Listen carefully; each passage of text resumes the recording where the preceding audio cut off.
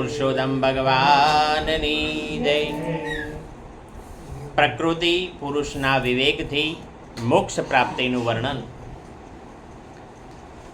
શ્રી ભગવાન કહે છે, હે માં, જે રીતે જળમાં પ્રતિબિંબિત સૂર્યની સાથે જળના શીતળતા, ચંચળતા વગેરે ગુણોનો સંબંધ હોતો નથી, તેવી જ રીતે પ્રકૃતિના કાર્યભૂત શરીરમાં સ્થિત રહેવા છતાં પણ આત્મા વાસ્તવમાં તેના સુખ દુઃખ વગેરે ધર્મોથી લેપાતો નથી, કારણ કે તે સ્વભાવે નિર્વિકાર, અકર્તા અને નિર્ગુણ છે.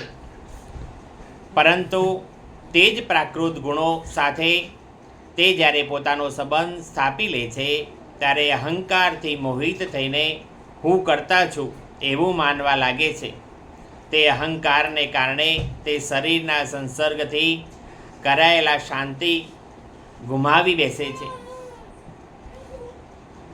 તે અહંકારને કારણે તે શરીરના સંસર્ગથી કરાયેલા પુણ્ય પાપરૂપી કર્મોના દોષને લીધે પોતાની સ્વાધીનતા અને શાંતિ ગુમાવી બેસે છે તથા ઉત્તમ, મધ્યમ અને અધમ યોનિમાં ઉત્પન્ન થઈને સંસાર ચક્રમાં અટવાતો રહે છે. જે રીતે સ્વપ્નમાં ભય,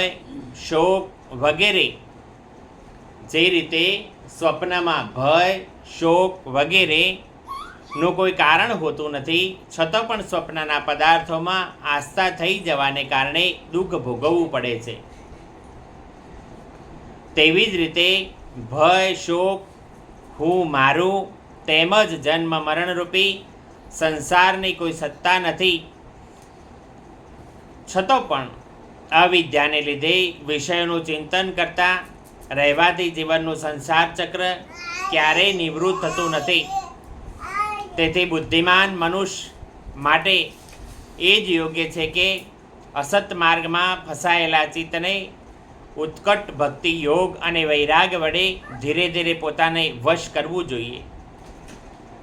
યમ, નિયમ વગેરે યોગ સાધનો વડે શ્રદ્ધાપૂર્વક સતત પ્રયત્ન કરવાથી ચિત્તને વારંવાર એકાગ્રતા કરતા રહીને મારામાં સાચો ભાવ રાખવાથી, મારી કથાનું શ્રવણ કરવાથી, સૌ પ્રાણીઓમાં સમભાવ રાખવાથી, કોઈની સાથે વેર નહીં રાખવાથી, આસક્તિ ત્યાગ, બ્રહ્મચર્ય, મૌન વ્રત અને પ્રબળ અર્થાત ભગવાનને સમર્પિત કરેલા સ્વધર્મના પાલનથી જેને એવી સ્થિતિ પ્રાપ્ત થઈ છે કે પ્રારબ્ધ મુજબ જે કંઈ મળી રહે છે તે સંતુષ્ટ રહે છે, પરિમિત એટલે કે મર્યાદિત ભોજન કરે છે, હંમેશા એકાંતમાં રહે છે, સ્વભાવે શાંત રહે છે, સૌનો મિત્ર છે, દયાળુ, ધૈર્યવાન છે, પ્રકૃતિ અને પુરુષના વાસ્તવિક સ્વભાવના એટલે કે સ્વરૂપના અનુભવથી પ્રાપ્ત થયેલા તત્વજ્ઞાનને કારણે પત્ની, પુત્ર વગેરે સંબંધીઓ સમેત આ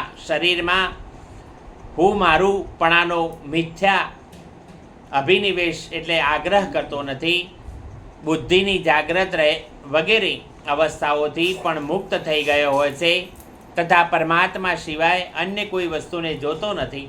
તે આત્મદર્શી મુનિ નેત્રોથી સૂર્યને જોતો હોય તેમ પોતાના શુદ્ધ અંતઃકરણ વડે પરમાત્માનો સાક્ષાત્કાર કરીને અદ્વિતીય બ્રહ્મપદને પ્રાપ્ત કરી લે છે. બ્રહ્મપદ દેહ વગેરે સમસ્ત ઉપાધિઓથી મુક્ત, અહંકાર વગેરે મિથ્યા વસ્તુઓમાં સતરૂપે ભાસનારું જગત કારણભૂત પ્રકૃતિનું અધિષ્ઠાન, મહત્ વગેરે કાર્ય સમૂહનું પ્રકાશક અને કાર્ય કારણરૂપી સમસ્ત પદાર્થોમાં વ્યાપ્ત છે. જે રીતે જળમાં પડેલા સૂર્ય પ્રતિબિંબને દિવાલ પર પડેલા પોતાના પડછાયાના પ્રબંધથી જોઈ શકાય છે અને જળમાં દેખાનારા પ્રતિબિંબથી આકાશમાં રહેલા સૂર્યનું જ્ઞાન થાય છે, તેવી જ રીતે વૈકારિક એટલે કે સત્વ, રજઃ અને તમ ભેદથી ત્રણ પ્રકારનો અહંકાર શરીર, ઇન્દ્રિયો અને મનમાં રહેલા પોતાના પ્રતિબિંબોથી લક્ષિત થાય છે અને પછી સત પરમાત્માના પ્રતિબિંબથી યુક્ત આ અહંકાર વડે સત્ય જ્ઞાનરૂપ પરમાત્માનું દર્શન થાય છે કે જેઓ સુષુપ્તિ વેળાએ નિંદ્રાથી શબ્દ વગેરે સૂક્ષ્મ ભૂતો, ઇન્દ્રિયો, મન, બુદ્ધિ વગેરેના અવ્યાકૃત લીન થઈ જવાથી પોતે જાગ્રત રહે છે અને સર્વથા અહંકાર રહિત છે.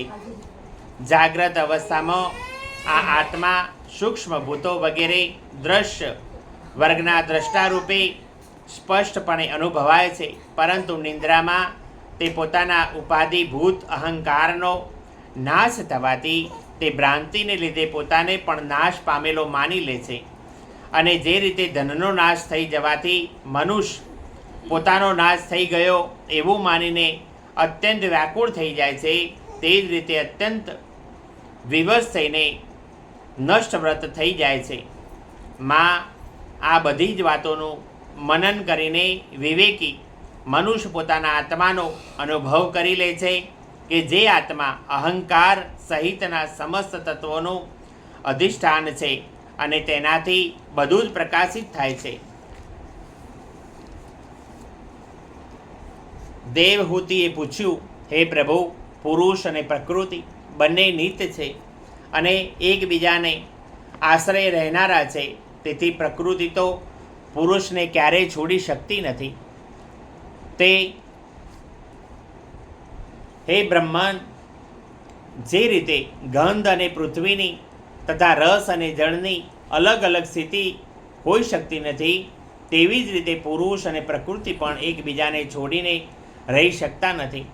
તેથી જેમના આશ્રયથી અકર્તા પુરુષને આ કર્મબંધન પ્રાપ્ત થયું છે, તે પ્રકૃતિ ગુણો રહે ત્યાં સુધી તે કૈવલ્ય પદ કેવી રીતે પ્રાપ્ત થાય? તત્વનો વિચાર કરવાથી જો ક્યારેક સંસાર બંધનના આ તીવ્ર ભયનું નિવારણ થઈ જાય તો પણ આ નિયમિતભૂત પ્રાકૃતિક ગુણોનો અભાવ નહીં થવાને લીધે તે ભય પછી પાછો ઉપસ્થિત થઈ શકે છે. શ્રી ભગવાને કહ્યું કે માં, જે રીતે અગ્નિનું ઉત્પન્ન સ્થાન અને અરુણી પોતાનાથી જ ઉત્પન્ન થયેલા અગ્નિથી જ બળીને ભસ્મ થઈ જાય છે, તેવી જ રીતે સ્વધર્મના નિષ્કામ ભાવે કરેલા પાલન આચરણ થકી અંતઃકરણ શુદ્ધ થવાથી દીર્ઘકાળ સુધી ભગવત કથાના શ્રવણ વડે પૃષ્ઠ થયેલી મારી ઉત્કૃષ્ટ ભક્તિથી તત્વનો સાક્ષાત્કાર કરનારા જ્ઞાનથી પ્રબળ વૈરાગ્યથી વ્રત નિયમ વગેરે સહિત કરેલા ધ્યાનના અભ્યાસથી અને ચિત્તની દ્રઢ એકાગ્રતાથી પુરુષની પ્રકૃતિ અવિદ્યા રાત દિવસ ક્ષીણ થતી તે ધીરે ધીરે લય પામી જાય છે. પછી તો દરરોજ દોષ દેખાવાથી ભોગવીને ત્યજી દીધેલી તે પ્રકૃતિ પોતાના સ્વરૂપમાં સ્થિત અને સ્વતંત્ર બંધન મુક્ત થયેલા તે પુરુષને કોઈ હાનિ પહોંચાડી શકતી નથી. જેમ સૂતેલા મનુષ્ય સપનામાં કેટલાય અનર્થોનો અનુભવ કરવો પડે છે, પરંતુ જાગી ગયા પછી તેને સ્વપ્નના જે અનુભવોથી કોઈ પણ પ્રકારનો મોહ થતો નથી, તેવી જ રીતે જેને તત્વજ્ઞાન થઈ ગયું છે, જે નિરંતર મારામાં જ મનને પરોવેલું રાખે છે, તે આત્મારામ મુનિનું પ્રકૃતિ કશું જ નુકસાન કરી શકતી નથી. જ્યારે મનુષ્ય અનેક જન્મોમાં દીર્ઘકાળ સુધી આ રીતે આત્મચિંતન અને નિમગ્ન રહે છે, ત્યારે તેને બ્રહ્મલોક પર્યંતના સર્વ પ્રકારના ભોગોમાંથી વૈરાગ્ય થઈ જાય છે. મારો તે ધૈર્યવાન ભક્ત મારી જ મહાકૃપાથી તત્વજ્ઞાન પ્રાપ્ત કરીને આત્માના અનુભવ થકી તમામ સંશયોમાંથી મુક્ત થઈ જાય છે અને પછી લિંગ શરીરનો નાશ થતો જ મારા આશ્રય રહેલા પોતાના સ્વરૂપભૂત કૈવલ્ય નામક મંગળમય પદને સહેજે પ્રાપ્ત કરી લે છે, કે જ્યાં પહોંચવાથી યોગી ફરી પાછો વળીને આવતો નથી. હે માં, યોગીનું ચિત્ત યોગ સાધનાથી વૃદ્ધિ પામેલી અણિમા વગેરે માયામય સિદ્ધિઓમાં કે જેમની પ્રાપ્તિનું યોગ સિવાય અન્ય કોઈ સાધન નથી, તેમાં જો ફસાતો નથી તો તે મારા અવિનાશી પરમપદને પ્રાપ્ત કરી લે છે, કે જ્યાં મૃત્યુનું કશું ઉપજતું નથી. ત્રીજા સ્કંદ અંતર્ગત કાપિલીય ઉપાખ્યાનનો 27મો અધ્યાય સમાપ્ત. શ્રી કૃષ્ણ બળદેવની જય. પુરુષોત્તમ ભગવાનની જય. ચામુંડા માત કી જય.